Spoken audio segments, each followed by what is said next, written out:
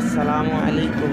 Hello দর্শক বন্ধুরা, রাজশাহী থেকে 15-20 কিলোমিটার দূরে একটা জায়গা, একটু কাজের জন্য বাইরে গেছিলাম।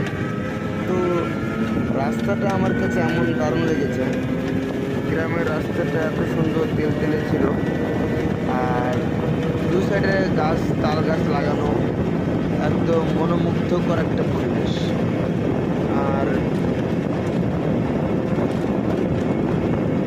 এখন তো বর্ষার সময়, আর দেখতে পাচ্ছেন আপনারা যে দুই সাইডে পানিতে ভরে গেছে, আর গ্রামটাও অনেক সুন্দর আর কি। এক কথায় বলতে গেলে এই রাস্তা দিয়ে নিঃশ্বাসটা নিচ্ছে, মনে হচ্ছে যে